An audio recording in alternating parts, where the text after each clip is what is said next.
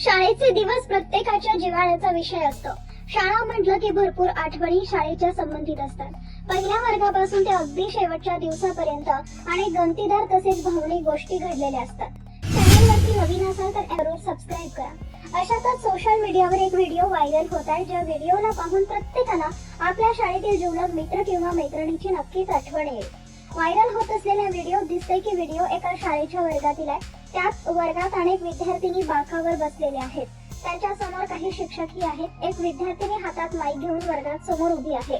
Video पाहून सुरुवातीला प्रत्येकाला असं वाटेल की ती भाषण देण्यासाठी उभी आहे. मात्र काही वेळाने ती जे काही बोलते ते ऐकून तुमच्याही डोळ्यात पाणी येईल.